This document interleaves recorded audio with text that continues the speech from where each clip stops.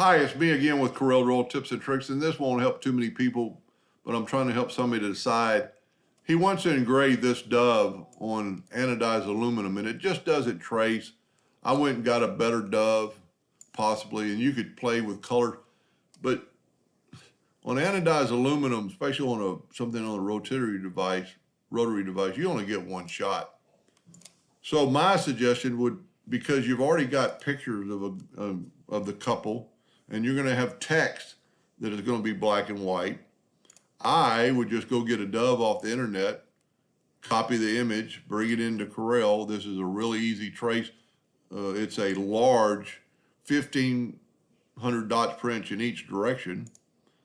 So just bring it into Corel. Well, I should have just hit paste. And you get this dove. Of course, it has a yellow or a white background like all Clipart does. But this is a really easy trace. Don't have to do anything in it except for trace, outline trace. Clipart is what I use 99% of the time, and it's already done it.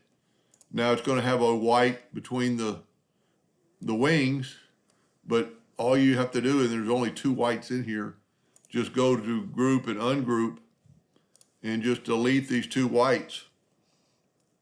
And if there were more than two whites, you could always, there might be three with that wing or eye, you can always just grab the black and then all the white is left.